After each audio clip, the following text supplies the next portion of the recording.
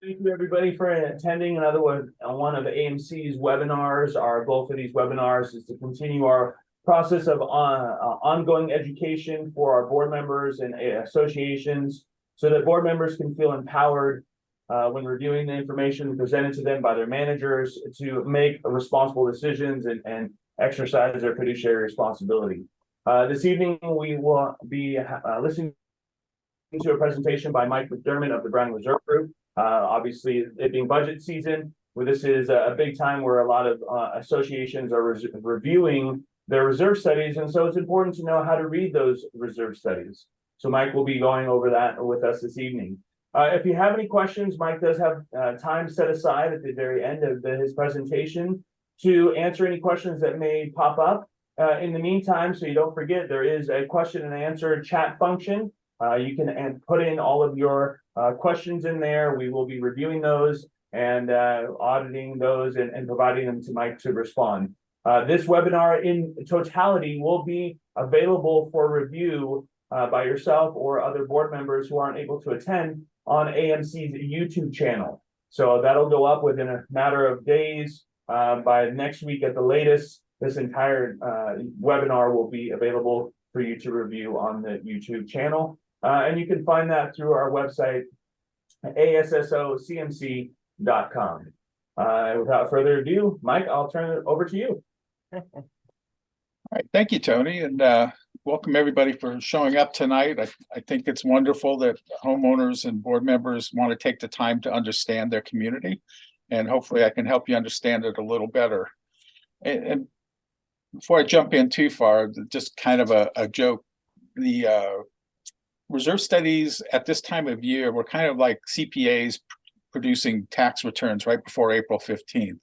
In California, most of our clients have a deadline, which is usually December 1st. And often people get under the gun and they need to know how much money they need to reserve in the upcoming year for their upcoming budget. And this would be equivalent to, or we get asked that question and people ask us, hey, can you just tell us how much we need to reserve? Don't worry about doing the study. And this would be equivalent to going to your tax accountant and say, hey, just tell me how much I need to write a check for to the IRS without actually doing my taxes. So it's very similar. We have to do the complete reserve study before we can tell you how much you need to contribute the next year. And you'd be surprised how often we get asked that question. And the thing about that is that for some, the only thing they want from that big old reserve study they get is one number. What is the 2024 reserve contribution so I can plug it into my budget? But of course, you're all here because you want to understand way more than that. So that's where we're going tonight. In jumping into this, we thought it was an appropriate time to introduce some of you to what you may not have been aware of. And that was the new reserve study standards that were just published in 2023.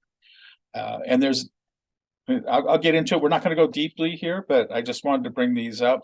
The standards have been around since the 80s, and occasionally they get changed. Bob Browning, the owner of the Browning Reserve Group, was a task chair. And so I had a front row seat to the process that had gone on. The CAI assembled a group of multidiscipline community association professionals, including attorneys and CPAs and managers, and several reserve study specialists from across the country. This all started after the tragedy in Florida where the Champlain Tower collapse happened back in June of 2021. And out of that, there were several recommendations made, but the reserve industry decided that we needed to do a few things to make the reserve studies more functional in light of the collapse. Fortunately, in California, we were way ahead of this. So basically, we're just saying welcome to the rest of the states to where California has been for years. So what were some of the things that have popped up? There's now an idea of a long life component. This is a component that has more than a remaining life of greater than 30 years. In California, we can do this already.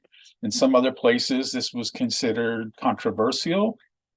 And in California, it was actually codified in the civil code that it's up to the board to decide whether or not they want to include a component with a remaining life greater than 30 years or not.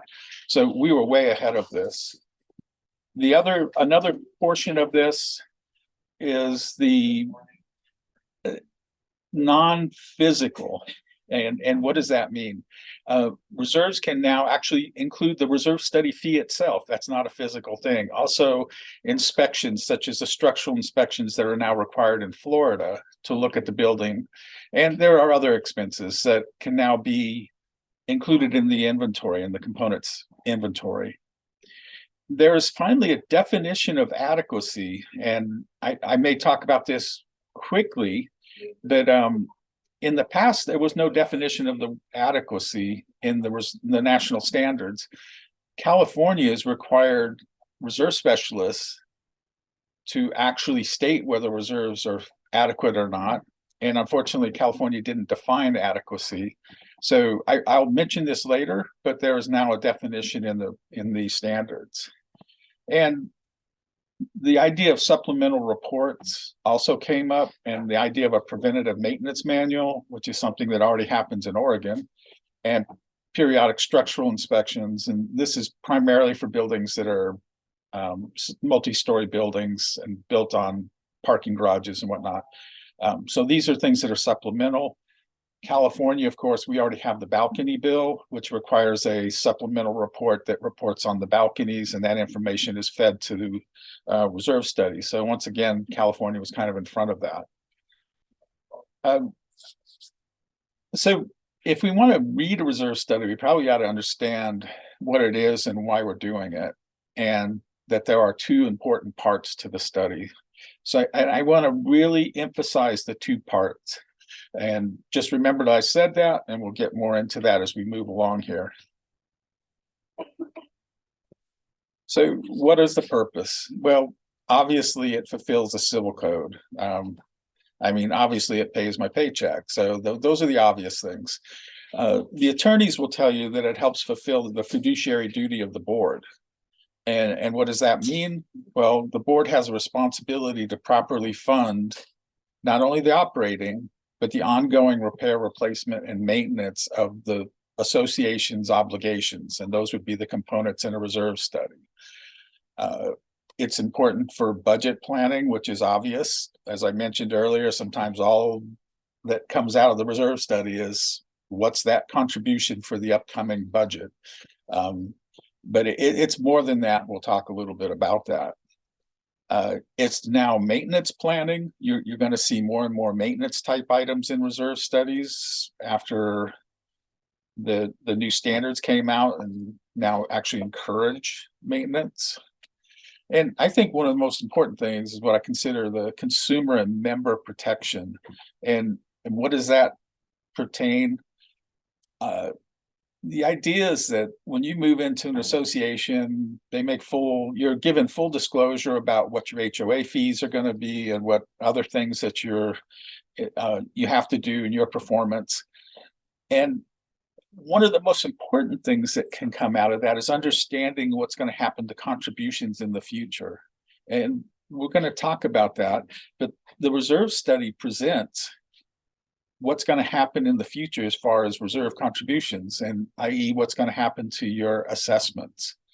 And in many communities, the reserve portion is one of the largest portions in your operating budget. It's not true in all, but in many, it's one of the largest line items in your operating budget.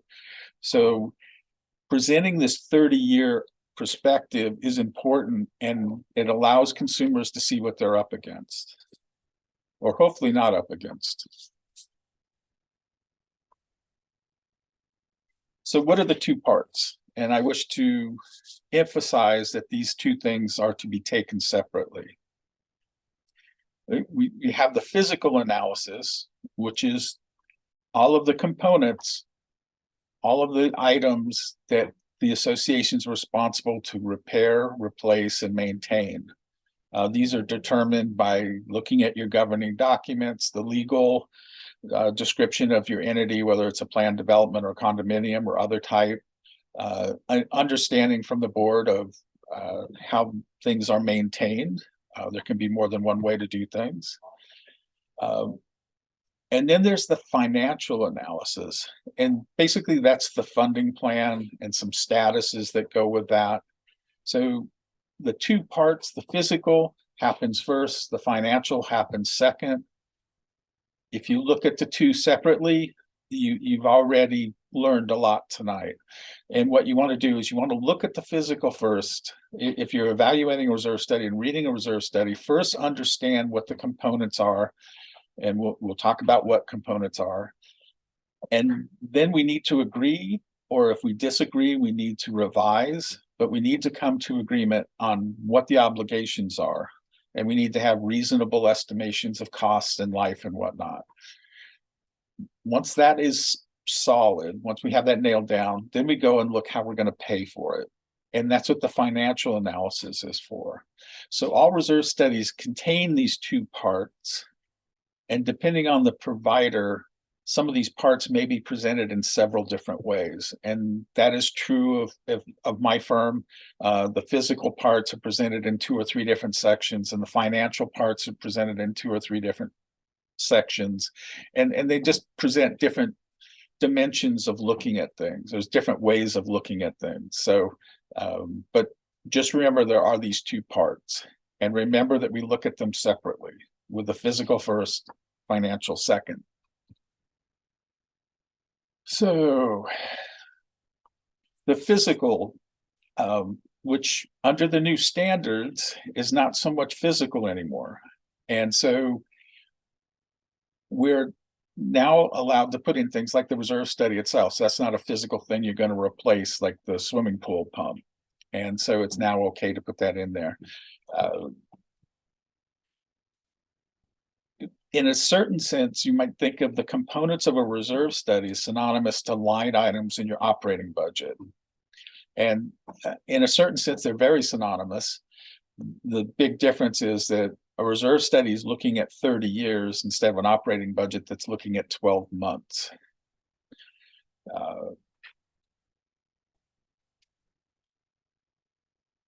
Okay, so the financial analysis, and I want to get through these kind of high level definitions, and then we'll get into some more depth here.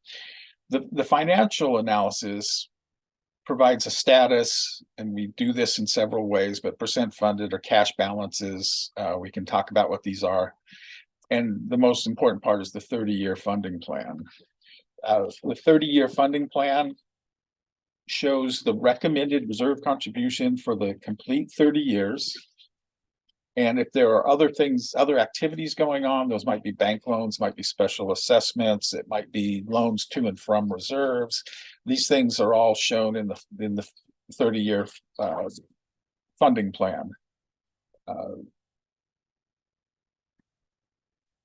Okay, I'm blasting through here. So going back to the components. It needs to be understood that every component is comprised of 3 core metrics. These things all have to exist, or it's not a component. Every component has a useful life. That's the number of years that a component is typically expected to live. So a pool pump might be 8 years or 10 years. A roof on a building might be 20 years or 30 years. The seal coat on your streets might be 4 to 6 years. So these are the useful lives. Then every component will have a remaining life. So this is how much time is anticipated before it needs to be next replaced. So maybe I'm looking at a roof that has a 25-year useful life, and it may be that its remaining life is 2029. And so those are the 2 life metrics.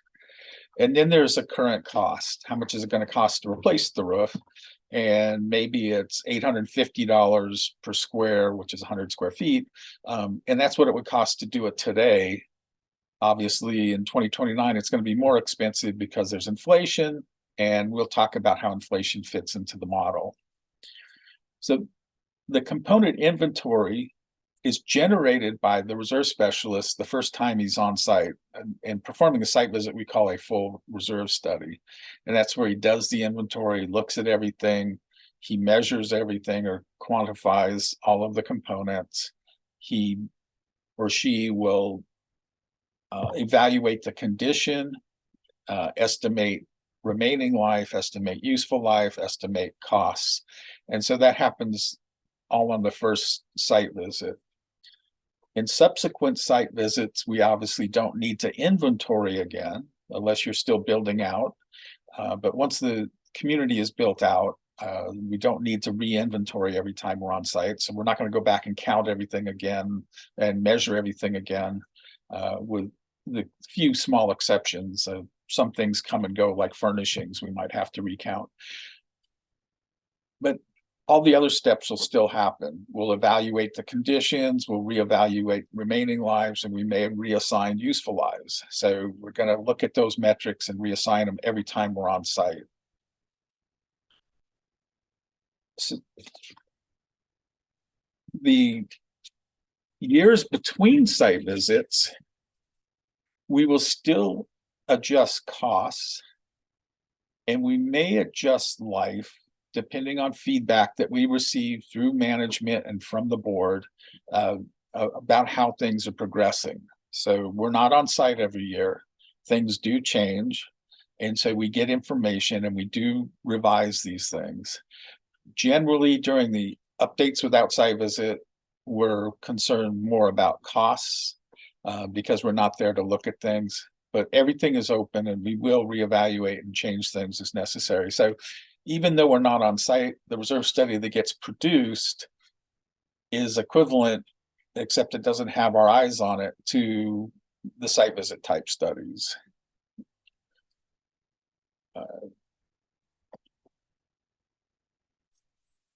So this is going to be an odd thing to see, but this is a common misconception about reserve components. And this all gets into that whole thing about the two parts. Often clients will think that a component has money in it. And when they need to move things around so that they can fix the water heater that broke, they might think that they need to take money out of the pool pump. And so that's why I say there's no money in a component. There's no say. In fact, actually, it's a liability. You owe each component money.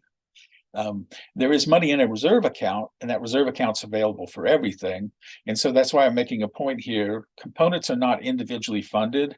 A reserve fund is funded, and there's no money in a component. And let me give you an example of why I make a point of this. It's common to hear from clients that need to make a change, and they're concerned that they don't have enough money to say, move money out of component A and put it in component B. Well, that money doesn't exist. There's nothing taking it out. So a component needs to stand on its own. If component B needs to be replaced earlier, it's going to cost more money. We just need to know what that is. It's not dependent on doing something to other components. If it's going to have a negative financial impact, we'll find out when we get to the funding plan, but it's not something we deal with the components. Now, obviously, if we're really up against the wall, we get through all the component changes and things are just dire, we're looking at funding, there's not enough funds to go around. Maybe we bounce back and look at components, what might be deferred. But in the first blush, you just want to go and say, hey, component B needs to be done a year earlier and it's going to cost twice as much. And so just we do that first. We don't go looking for other components to rob Peter to pay Paul. So that's why I bring up this whole idea of there's no money in a component and that components are not individually funded. So once we have the component inventory created, and remember each component has a useful life, remaining life, and useful life, we create an expense forecast. So simply that just takes each component and says, you know, this is a 5-year component. Every 5 years, it's going to have an expense. And we project out each component over the 30 years, and we create what's known as an expense forecast. As I mentioned below here, some operating budgets do something similar to this, where you'll see in the operating budget 12 columns for each month. And if you look at each of those columns, some of the line items may have an expense every month. Some of them may have one every quarter or every, once a year, depending on what the expense item is. Reserve studies are really the same thing. It's just that a particular components may happen every 5 years or every 10 or 15 or 20 or 30 or more. And so the expense forecast lays out each component. You kind of get the spreadsheet view. It shows each component's replacement year or years. It shows how much the component will be, how much will be expended for that component in each replacement year. And that's the inflated amount in the future. And then in each column, which is a year, there's a grand total for each year. So we end up with a total annual expenditure for every year. Same thing if you do your operating budget with a 12-month display, you'll have a total at the bottom that says how much each month is going to cost. In a reserve study, the expense forecast will show you how much each of the years is going to cost, what's expected or what's anticipated. So short life components will happen many times. If it's a 3-year component, it happens, maybe 10 times. If it's a long life component, it will probably occur once and possibly not at all if it's beyond the 30-year window.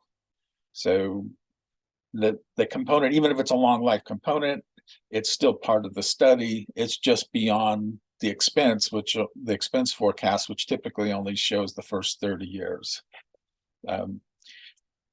If it's in the study and it's beyond 30 years, it technically is being funded, but kind of in an indirect way, which is kind of an advanced idea, which we probably won't get into tonight. Okay, so funding plans. We're now moving into the financial portion of the analysis. So here I'm making that big point. This is part 2. So before we get into funding, we want to make sure that the physical is all in agreement, that we all share the same ideas about what components belong in the study, how much they cost, how often are they replaced, and when will they next be replaced. Once we've decided on that, the next thing to do is to create a funding plan, which is equitable and stable for the full length of the funding plan. And I'm going to expand on that a little bit, because equitable means it's fair, but is it fair to who? And so we need to understand that it needs to be fair to everybody, no matter if they're the first owner or the last owner or anywhere in the ownership cycle and anywhere in the community's cycle, whether it's new or it's been there for decades. The funding plan is meant to be equitable to all owners at all times, no matter what those statuses are. And in a well-behaved funding plan, the contributions will be stable, meaning that they don't bounce up and down. We don't, unlike the expenditures, which bounce up and down every year, they almost appear random. The funding should appear stable. Now, of course, with inflation, it will grow over time, but it grows stably. So, in a perfect world, and if we were to ignore inflation just for this particular comment, from the day the community was built, the first owner moves in, the first close happens, until the day the asteroids hit, every reserve contribution every year would be exactly the same.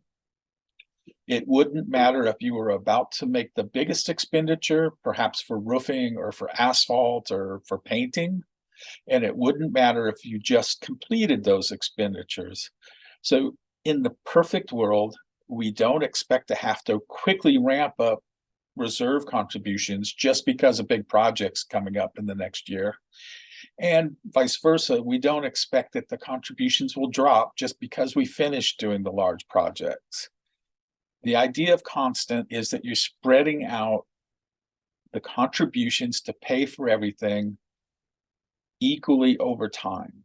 So it may not seem equitable that a person who's the first owner in the first house in the subdivision is already paying for the roof and the roads, when quite likely he won't be there, or she won't be there, or that family won't be there when the roof gets replaced, and the family after probably won't live there, and maybe the third family in that home will live there when the roof gets placed. But that's the way this model works. You pay as you go. You don't pay as it happens. So that was the perfect world without inflation. Inflation is obviously an important topic, and we did have a question, so I will address that. But inflation drives up contributions. It's not linear, it's an exponential growth. So it's always going up, and it gets bigger the further down the road you go. So a question was asked, a lot of our reserve studies show 2.5–3% long-term inflation rate assumptions. So let me explain how that works. The reserve study takes a very long view and a very long average of the inflation rates, and it doesn't just naturally jump to whatever the short-term rate was. And the reason for this is, if we were to assume that what has happened in the past year and a half, that the inflation rate was going to be 9% for 30 years, based on what we've just gone through, it would horribly distort the long-term expense forecast. The expenses would be astronomical, and it isn't reasonable to assume that we're going to have 9% inflation every year for the next 30 years. So instead, we use something which is a very long average, which is around 2.5%. But we also deal with inflation two other ways. One is, because the short-term rates do jump up, like we've seen in the last couple of years, each year we update the study, and this is why it's critical to update a study every year. We increase from one year to the next at the short-term rate. So we have been increasing from 21 to 22, 22 to 23 at much higher than 2.5%. So we do deal with the short-term increases. And the third way we deal with this is to look at each component individually and adjust costs as we understand what's happening in the market. So even if we were on a smooth 2.5% inflation year, we might still adjust the costs for the roofing or the paving based on what we're seeing in the market. So we're dealing with inflation from three different directions. And this also applies to the interest earnings, which are also part of the model. Interest earnings are long-term. They are conservative. I should say inflation is fairly conservative as well. So we don't expect that you're going to have great earnings. And the same thing can be said. The inflation had spiked up to around 9%, and we're now seeing earnings. You can go get 5% or so. We're not using that because we don't expect that to be the long-term average. And besides, taxes may influence earnings. And also, many communities aren't even 100% funded. You may have funds sitting in some instruments that are earning higher interest rates, but other instruments, such as a checking account or simple savings account, may not be earning hardly anything. So that's kind of where we deal with inflation and interest. One of the interesting things about taxes, however, which could diminish your interest earnings, is we found most of our clients pay taxes from the operating budget and allow their interest earnings to just remain in reserves. That seems to be the predominant path that most of our clients take. And whichever way it is, we need to know we model the taxes if appropriate.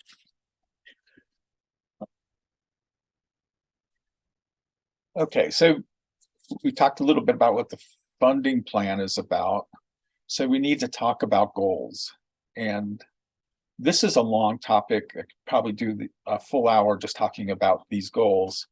But very quickly, full funding is where the contributions to reserves are sufficient so that the balances in the reserve fund equal the amount that we mathematically say you should have. And that I threw up air quotes around the amount you should have. There's a simple explanation for this and a simple example of what full funding is about. This is also known as percent funding. And if we just consider one component and it has a 3-year life and it costs $3,000, in the first year of that component, you'd be expected to have $1,000 in the bank. In the second year, $2,000 in the bank. And in the third year, the year you replace it, the full $3,000 that it costs to replace it. So if in the first year you had $1,000 in the bank, you'd be 100% funded. If in the second year you had 2,000, you'd be 100% funded. And in the third year, if you had 3,000, you'd be 100% funded.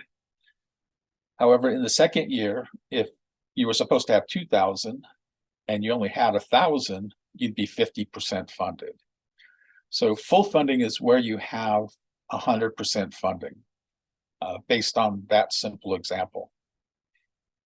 There are a number, it makes common sense that that's what everything should be. Turns out common sense gave us a flat world and put the earth at the center of the universe.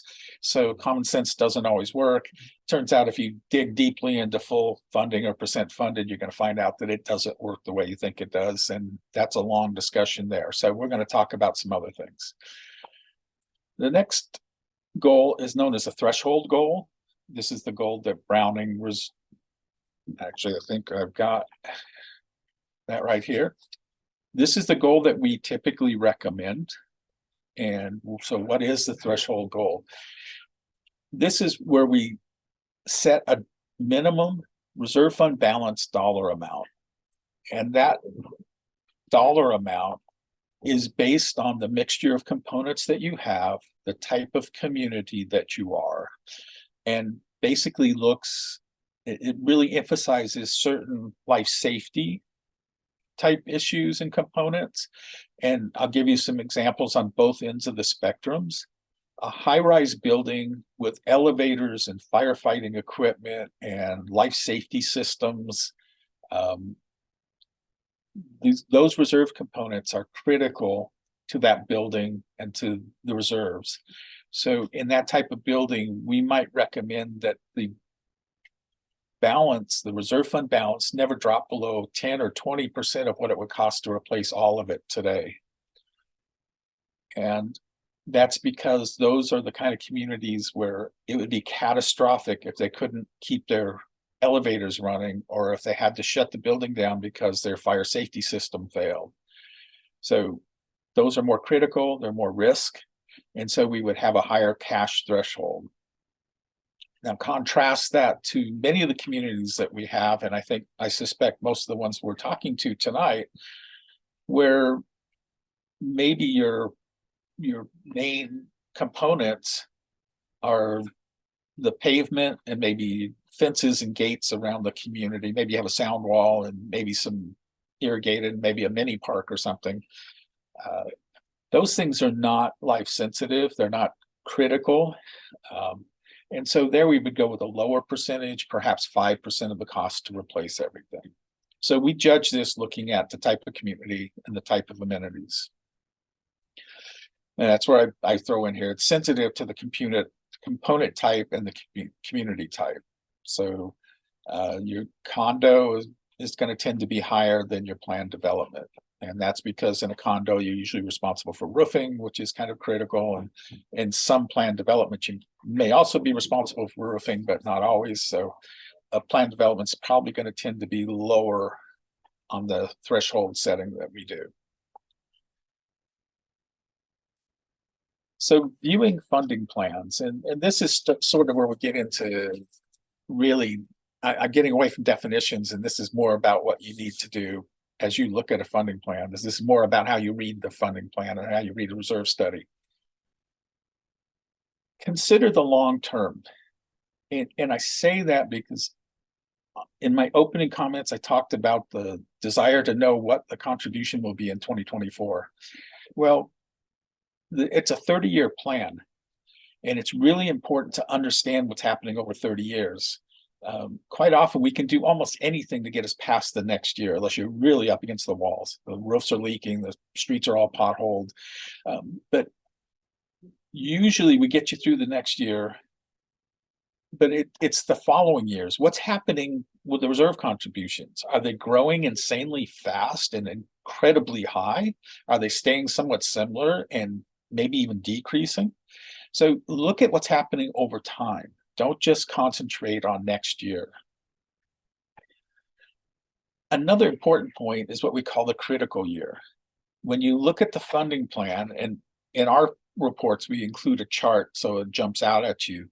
Look at the low balance year. Perhaps it's 2034. And that year is something that's very important. And I bring this up because a lot of times people will look at the balances and they're going to look at the last year and say, gee, Mike, why do we want to put away $3 million in 30 years? And it's like, that's just a silly amount of money. And well, most funding plans are not about the 30th year. They're about the critical year, the low balance year. That's the year we're trying to get you past. And what it really says, what this critical year is, like if it was 2034, as I mentioned earlier, what that says is that all of the money that you have in the bank already, plus all the contributions that you have up through that year, just barely get you past whatever the threshold was that we set. So essentially everything has been spent and gone. And year 2035 and beyond is just academic. Nothing that we're doing before 2034 influences 2035, because you've basically spent down to zero or whatever the threshold is. And so you can look at the balances in the outer years, and if the chart just goes straight up, then maybe we need to talk about it, but there's almost always a low year, and that's what the study's about. So understand and look for the low year. And what you're going to see is that the funding is all about getting past that low year. If we need to put in 8% increases, it's because we're trying to get past that low year. And often we're asked to spread the increases out. Well, that critical low year constrains how far we can spread things out. There's some other side effects to spreading large increases over a long period. We're not going to get into that right now, but usually we try to spread the increases out until that critical year. There's really not a lot of other choice. So as I mentioned before, recognize long-term large increases. This is a big red flag, and this is actually probably the best way to state the status of a reserve fund, is that if it has large and long-term increases, that means that the current contribution is too low and it needs to increase. And it probably needs to increase dramatically. So, and what are we talking about here? If we have increases that are 3, 4, or 5 times the inflation rate assumption, so we're talking about increases of 10 or 15% for 4, 5, 10 years, that just simply means whatever we're contributing today is way, way too low, and it needs to increase. Another critical thing to recognize is special assessments or bank loans that are in the future. If we work on a funding plan and there's just no reasonable way to increase the regular contribution to the rate that'll get you through the critical year, we may be forced to recommend a special assessment. And that's something you want to be very aware of. And when you see that, that's a big red flag that contributions, something's out of kilter with contributions. Okay, so we've kind of talked a bit about funding and goals, and out of that, and this mostly comes from the Civil Code, we have to provide certain disclosures. These are the things that go into your packages at the end of the year that most of you are about to send out if you haven't sent them already. And so part of these disclosures include the 30-year funding plan. So this is something that every member is going to see. Everyone in your community is going to get a copy of the 30-year funding plan. It's going to provide the adequacy status. And now this is something that I said I was going to talk more about. So in California, for about a decade and a half, the reserve specialist has had to answer a question as to whether or not the reserve fund is adequate or inadequate. And so how do we determine that? And how did the national standards support what we've been doing for a long time? The determination of whether you're adequate or inadequate is based on constraints. And the constraint is that your reserves are growing, your contributions are growing at a reasonable rate, and that there's no supplemental income. And what that means, special assessment or bank loan. So it says that the reserve contribution itself is sufficient to meet the reserve study's goal, whether that be the threshold goal, percent funded, whatever that might be. If we can't come up with a solution, or we think that the increase rate's above the ability of a board to implement, we have to say that the study is inadequately funded. And that carries a lot of negative consequences. It's actually probably one of the biggest hammers that anybody in any state doing reserve studies has. It's that can impact home sales. It can impact insurance.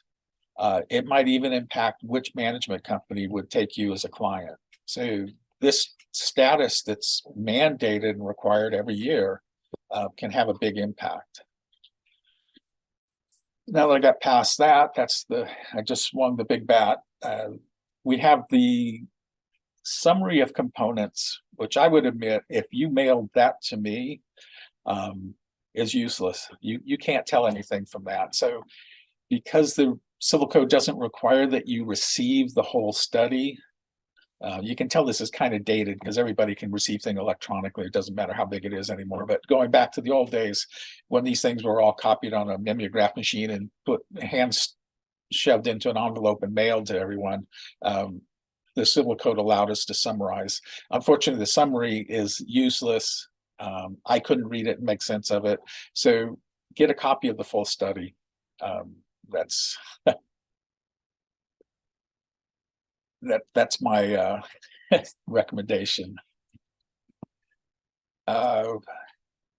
This last thing about inflation, that's a boo-boo left over from another slide. Near versus long-term. I think I talked about these things. I'm going to skip that. I didn't mean to leave that on the slide. So what should you do? We've kind of talked about the study. And what is it you need to do when you're looking at the study? Of course, you're going to look at it in two parts. You're going to understand the physical before you looked at the funding, but give it a critical review. I mean, actually try to understand what the components are. And we're talking generalities here, but if I was to talk about BRG studies in particular, when you look at the expense forecasts, that's the spreadsheet with the expenses spread out over the 30 years. It may not be apparent what that component is or where it's located. So there's another section in our study and many of our peers' studies that explains what each of the components are. And in the years where we do a site visit, we actually have a photograph in there, so maybe you can see and help you recognize it. But section 6 in BRG studies will describe in not great detail, but short terms, what the scope of the component's about. This is to paint, this is to replace, this is to repair. And it'll describe kind of general locations. And sometimes there's a list of things. So you might have a whole bunch of fences located all over the place. So it'll list their locations and sizes and whatnot. So you may need to be looking at a couple parts of the study at the same time to understand what you're seeing. But this is where I was saying earlier that there are sometimes several perspectives to each of the two parts. One is the expense that shows it laid out over time. And then there's the component itself that just kind of describes the component. There's another section that shows what's going to happen each year, just lists 2023, this is the components due 2024, these are the components due. So depending on how you're looking at these different sections might be more or less useful to you. Concentrate on the near-term projects. And what I mean by near term is probably anything happening in the next 2 years. And you really want to scrutinize these components in particular, and for a couple of reasons. One is that you want to make sure that you're lining up contractors to get the work done. With what we just went through with COVID and supply chain problems, some of these large projects were taking a couple of years to line up. You also want to make sure you get competitive bids. Maybe you want to hire a project manager to help you go out to bid on some of these things. So start looking at your near-term projects. Make sure you agree with them. Just because I think you should repave your roads or don't think you should pave them, you should look at that and take a critical eye to that. Look at your large projects, no matter when they are. Make sure you agree with them and be prepared to go look for contractors, and be aware that large doesn't necessarily mean the most expensive component. It could be a component that happens more frequently but is less expensive. And the largest example of this is painting. Depending on what we're painting, that might be every 5 or 10 years. That may not be the largest single expense, but because it happens more frequently than other things like paving and roofing, turns out painting might actually be the most expensive component. So look for those things. Start looking for contractors early, get competitive bids, and I can't overemphasize, a year, 2 years out, easily looking for the contractors. Recognize the funding red flags and the so-called supplemental funding. That would be special assessments, abnormally large increases, bank loans, lottery winnings, I don't know, what other ways an association might get money. What you hope to see is a reserve funding plan that's growing at something near the inflation rate, 2.5%, or maybe more, 3, 4, 5% over the entire 30 years. And it's stable. There's no drops. When things get out of hand, we have to have huge increases and eventually it drops. And so that's not what we want. That would be a sign of a problem. So what you want to see is a stable funding plan that's growing at something around inflation. And with that, I think I'm reaching the question period. So I covered a lot of stuff. I didn't have any pictures. So do I have any questions?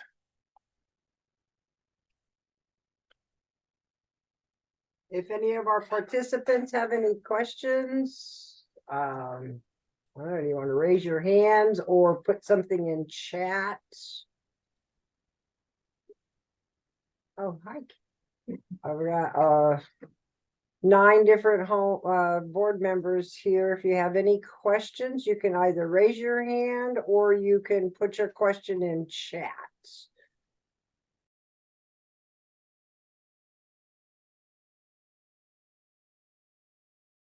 Gosh. Yeah. So who has their hand up? Ann Roth has her hand up. Go ahead and unmute Ann so that you can reach out to him. Oh, no, wait, a lot of talk. All right, go ahead and unmute Ann. Bottom left-hand corner, you should be able to. There you go. I don't know. I'm sorry. I've reviewed studies before. I am familiar with them. What happens in a situation when you have a community that's beyond 30 years old, that has had some neglect over the years, and needs to take a loan to complete several projects that need to be done, much of it out of necessity, as a matter of fact. And then all of a sudden you have one of these gigantic projects, such as a roofing project, and you already have a loan. How do you handle that? So that's one of the reasons why I said you need to look critically at all the large projects. So a roofing project shouldn't be much of a surprise. So we should know years in advance that we're getting close.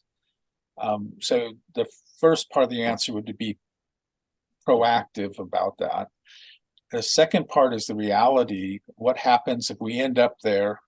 We've already taken a loan, so we've probably exhausted our credit, or we're close to doing that, and we need to replace the roofs because they're leaking. There's a couple of different choices.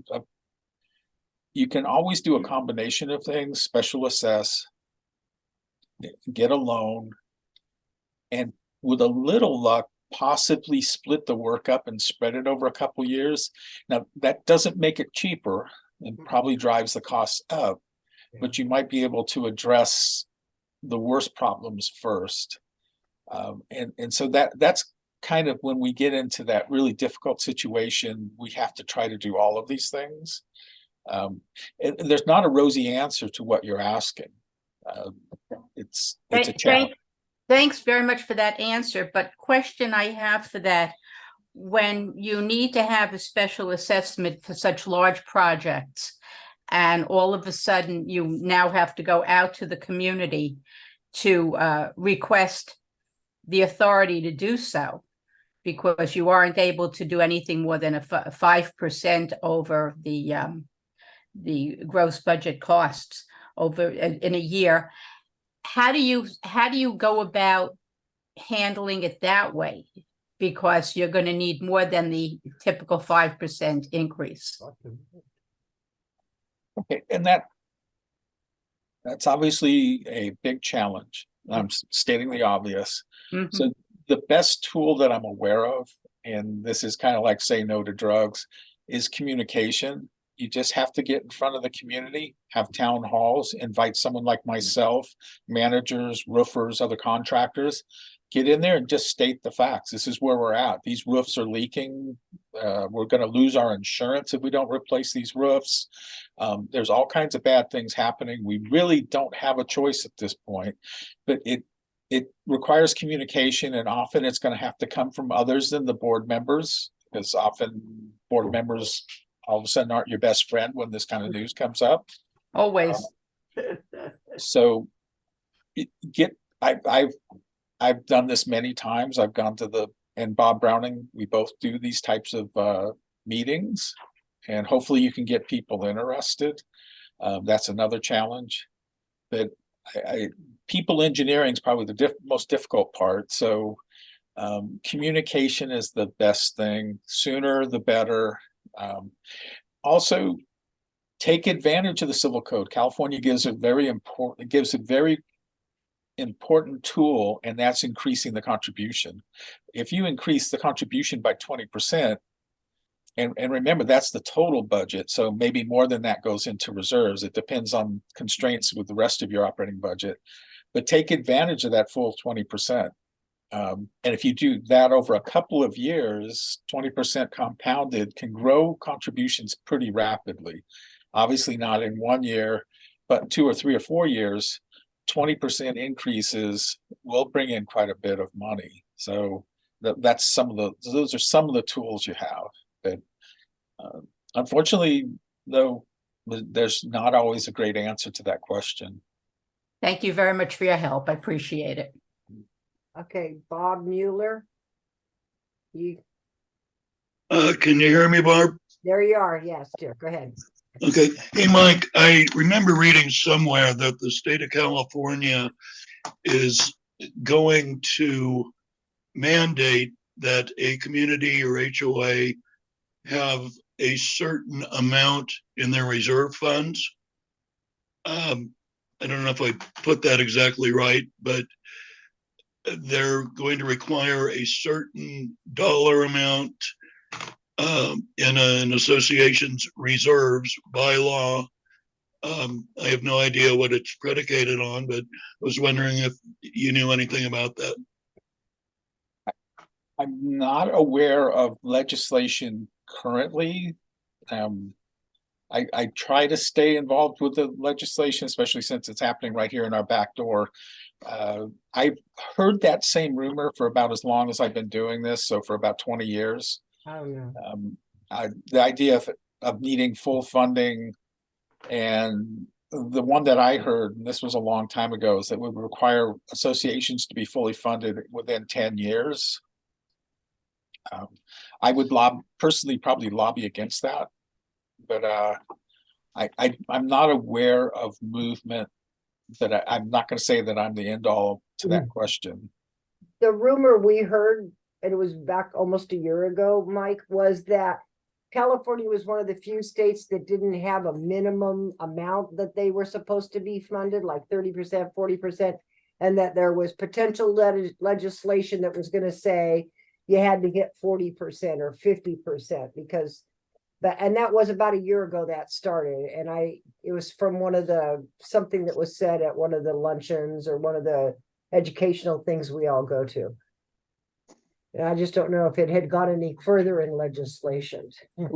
We have, and not just California, though, the federal backed mortgage companies, the Fannie, Freddie, VHA, FA, VA, have through the years have talked about reserve funding requirements as well. And so far they've been there were some odd ones. They were saying that you had to contribute 10% of your operating budget to reserves, which was completely arbitrary. And I think they backed off of that. So if it comes up that there's a fight over needing to be a certain percent funded, I look forward to being part of that, because percent funded has many pitfalls. Thank you very much. Any other members have a question for Mike? I have one. I have another one if none of the others. They talked about the fact that in the past, only components that had a 30-year life were typically in a reserve study. And now they're potentially adding like infrastructure, sewer lines, water lines, those kind of things that weren't previously added to the reserve studies. So how are you putting that into the reserve studies and preparing to start building towards those costs, especially if you're in a 30, 40-year-old association that didn't typically have that component in the past? Make sense? Yeah. Obviously the standards now say that can be part of the study. California had always allowed it. So the standard also says that it has to be reasonably estimatable, and that means both cost and life. And so, yes, it's important to put infrastructure in a study, but it is also usually beyond the reserve specialist's ability to estimate, because you can't see most of this stuff. And remember, reserve studies are visual observations. However, that's not a get out of jail card, free card. If there's an expectation, or we're seeing expenses develop for sewers and water and power, maybe even telecom, we can introduce that into the study, and we'll probably base it initially off of the kind of history we're seeing going on. This is typical with sewer laterals, where we start to see trees getting into older lines. And so we can introduce those things as we see them coming in. The other thing is to get someone who's an expert in these particular areas of infrastructure, perhaps storm drains, and have an engineering firm come out and give an analysis. And that was part of the standards as well, is where you go get these supplemental reports and feed those into reserves. So I don't crawl around inside of sewers, and I don't send cameras down the lines, and we don't peel the layers back. So you have to find someone that can do that, and we will add that to the study. So that's where this has been dealt with up till now. If that addresses that question. Sure. It's a challenge. We just add it, and then we start getting, if we've already had some, that we use that for funding or basis, or we get an expert to give us recommendations, do an analysis and give us recommendations. Basically. Right. On high-rise buildings, more of this stuff is exposed. It's easier to get in there. In your planned communities, if it's all buried underground, that can be a little more of a challenge. But there's techniques, there's things they can do to evaluate those systems. Okay. Especially when there's sewer, like you say, roots in the lines, yeah. Yeah. Any other questions for Mike? No? All right. Okay. I'd like to remind you all that, as Tony said at the beginning, next in 2024, we're looking at having another 4 webinars and 4 seminars in between other items like our golf tournament in September. And of course, we all go dark for December so we can spend time with our families.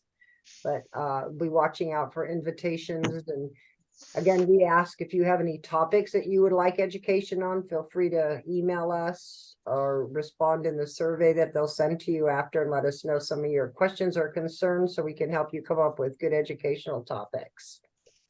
Mike, I appreciate it. I know it's been the busiest time of the year for you guys, and I was really thankful that you guys were willing to come in November and answer some of the questions that homeowners have been asking. So thank you. I'm glad to be here, and I'm glad to see homeowners are interested and want to learn about these things. Yeah, exactly. All right, then, if we don't have any other questions, I'll let you all go home to dinner or back to meetings. I know one gentleman said he had a 6:45 meeting. Mike. Thank you all for attending. Thank you very much. Good night. Night. Good night. Mike, thank you again. Tell Bob hi. Will do. Thank you, Barbara. Hi. Bye. Bye. Good night.